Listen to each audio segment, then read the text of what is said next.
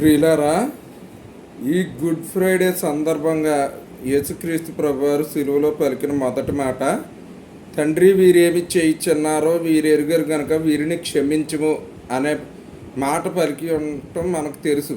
అది ఎందుకంటే ఆయన అక్కడ మనకు మాదిరి ఉంచిపోయాడు అన్నమాట.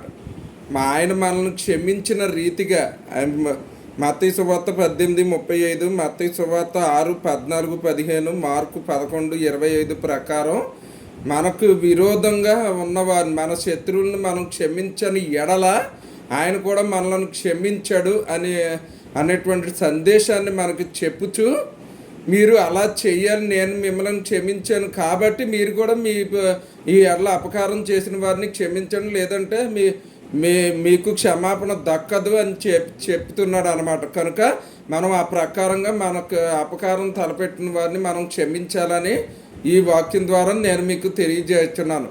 కనుక ఒక మాట ప్రభుత్వం, నాయన నా పట్ల విరోధంగా ప్రవర్తించిన వారిని నేను క్షమిస్తున్నాను అని చెప్పి నోటి ద్వారా పలకడమే కాకుండా దానికి తగినట్టుగా క్రియలు చేయండి. అది ఏంటంటే 1 కొరింథీ పత్రిక 13:4-5 ఉంటుంది. ప్రేమ కలిగిన వారు చేసే పనులు ఏంటన్నది.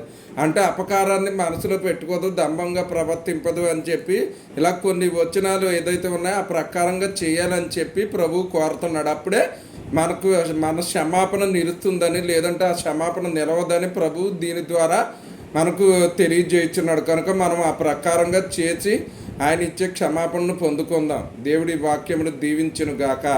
ఆమేన్.